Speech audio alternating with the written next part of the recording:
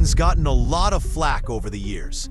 People have called him cocky, super dramatic, or overrated. It's the kind of shade that doesn't seem to hit white quarterbacks who aren't even as good. But when Paul Finebaum, a big name in college football, said Cam was the worst player Urban Meyer ever coached, it felt like a big deal. It wasn't just rude, it was totally off base. It seemed like he meant to hurt Cam's feelings, because that's not just a spicy opinion. That's like attacking who Cam is as a person. Let's be real. Urban Meyer coached Aaron Hernandez. Urban Meyer had players who got into trouble for things like fights or cheating in school. But Cam Newton, a guy who won a national championship, a Heisman Trophy, and an NFL MVP, is somehow the worst? No way. That's not about football. That's personal. That's sneaky. It's like Paul's sending a hidden message, and it's not the first time we've heard this from him. When Deion Sanders suggested a cap on NIL money to help fix the crazy new world of college football, Paul didn't talk about the idea fairly. He just called Deion a hypocrite. He went right for Deion's character, not his point. So we gotta ask, why does Paul Finebaum keep going after strong black guys like Cam, Deion, or Jameis Winston, but never guys like Nick Saban, Tim Tebow, or Kirby Smart? This time, Cam's not staying quiet. He's clapping back, not mad, but with clear facts and truth. He's done letting the media twist his story. And maybe, just maybe, he's showing us something bigger than one mean comment. Because what Paul said was about Cam, but the way people reacted, that's about all of us. This isn't the first time Paul Finebaum has thrown shade at successful black guys in sports. And if you've been watching, you know it probably won't be the last. Because when black athletes speak up, own their story, and don't follow the old rules, Paul doesn't just comment. He tries to control them. Cam Newton's just the latest guy on his list. Remember Jameis Winston? Before he even played in the NFL, Paul called him a problem. Lamar Jackson? Not a real NFL quarterback, Paul said. Deion Sanders? Just a distraction. Every time a black guy gets too big to ignore, Paul's voice gets loud, not to cheer them on, but to knock them down. And let's talk about the double standard. Paul loves Nick Saban, even when Saban yells on the sidelines or calls out other coaches.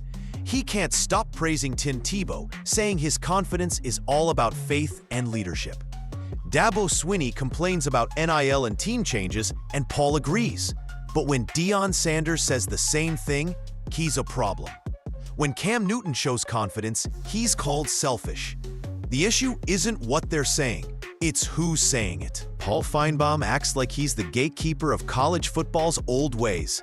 And to him, guys like Cam Newton or Deion Sanders, who look, talk, and act their own way, aren't supposed to be in charge. They're supposed to be quiet, grateful, and follow orders. But when they speak up, lead, or shine, Paul tries to dim their light. And Cam Newton? He just turned that light way up.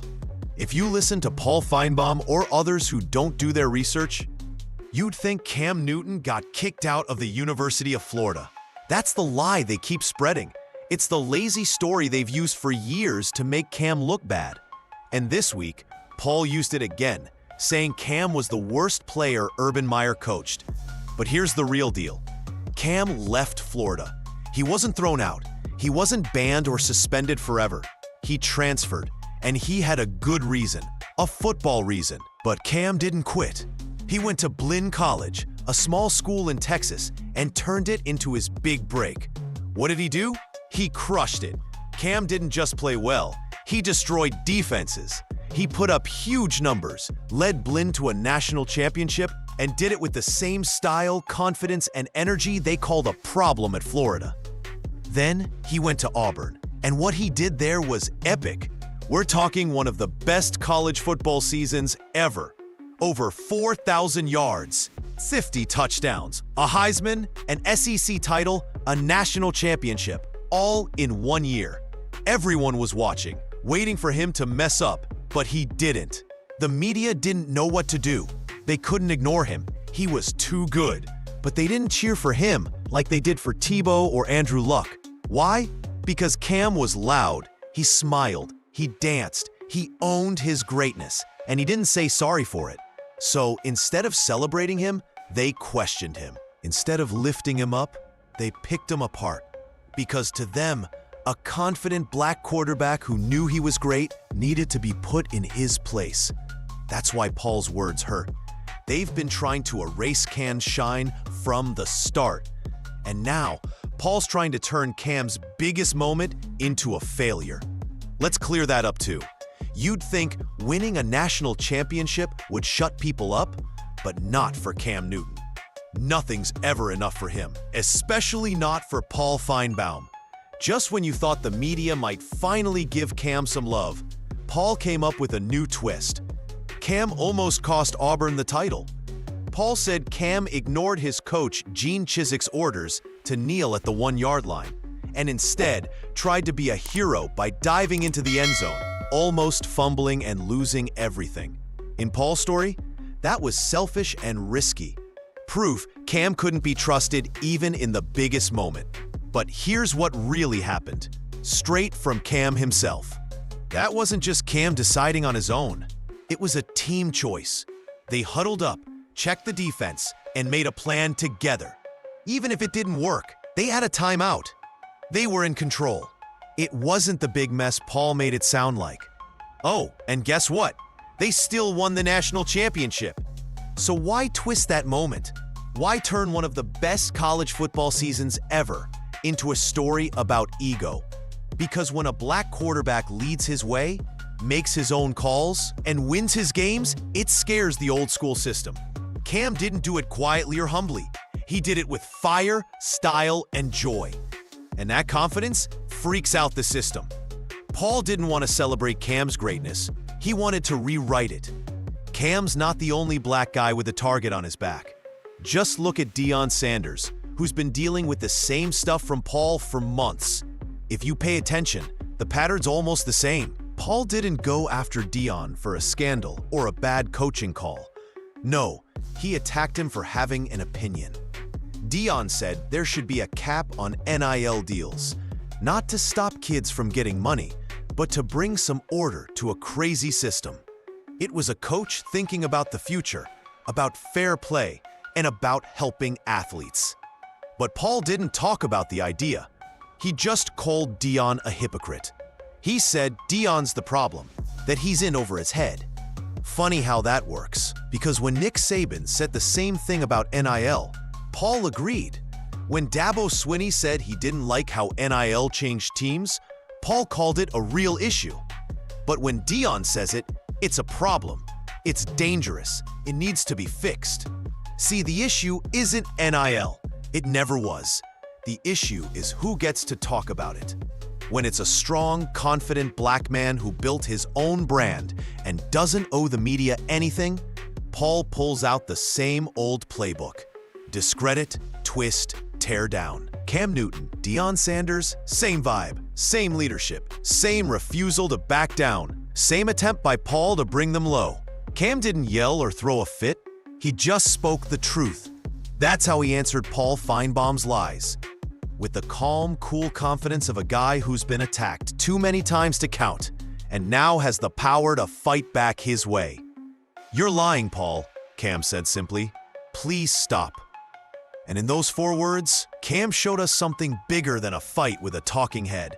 He showed us the game plan behind the shade, the tricks behind the hot takes. Because when Paul called Cam the worst player Urban Meyer coached, he wasn't just throwing shade.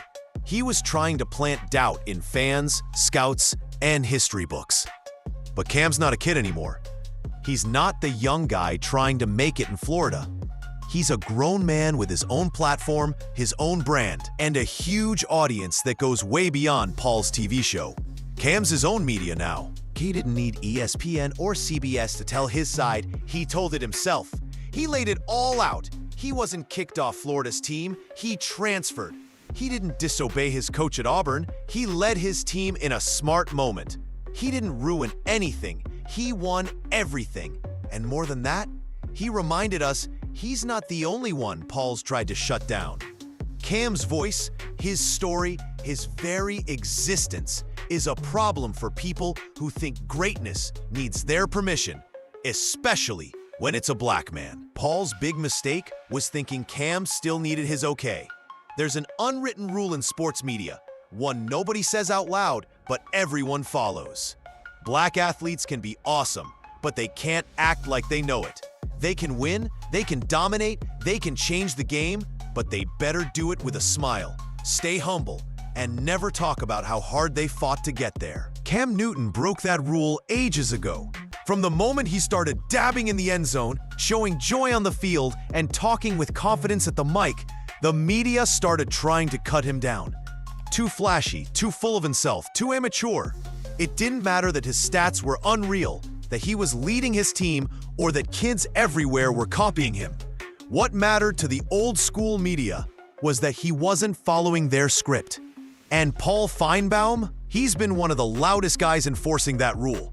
Because what he and other media gatekeepers want is for black athletes to be grateful, not powerful, thankful, not loud.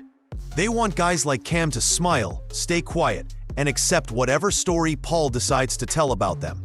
But Cam said no way. So did Deion, so did others. And every time they step out of the box the media made for them, Paul's ready with a slick comment, a sneaky insult, or a quiet campaign to chip away at their image. But legacy? That's not the media's to control. Cam Newton's story isn't just a page in college football history. It's a whole book. It's the kind of story future athletes will look at and say, that's how you do it when everyone doubts you.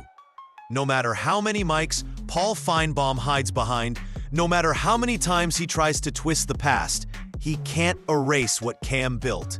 Let's talk facts. Cam Newton won a Heisman Trophy. Cam Newton won a national championship. Cam Newton was an NFL MVP. He did it all without begging for anyone's approval. He did it without fitting into the box college football's gatekeepers wanted. He owned his greatness like it was made for him. And now, he's the one telling his story. Because legacy doesn't live on Paul Finebaum's TV set. It lives in the millions of fans who watched Cam dominate on Saturdays and light up Sundays. It lives in every kid who copied his touchdown dance. Every young quarterback who saw someone like them taking charge and changing the game. And now, Cam's his own media, his own brand, his own voice. He doesn't need ESPN to set the record straight. He doesn't need Paul's fake compliments. He's telling his story in real time, no filter, no apologies, and proudly black. So when Cam said, "You're lying, Paul," it wasn't just a comeback, it was a statement. A warning to every analyst who thinks they can bury the truth with their opinions. The mic's in Cam's hands now. And guess what? He's not giving it back. Let the record show. You can hate on the man, but you can't erase his legacy. Cam Newton, Deion Sanders, they've already won. And now we're all listening. This is Field Report. Thanks for watching. Like the video, subscribe, and I'll catch you tomorrow with more football news.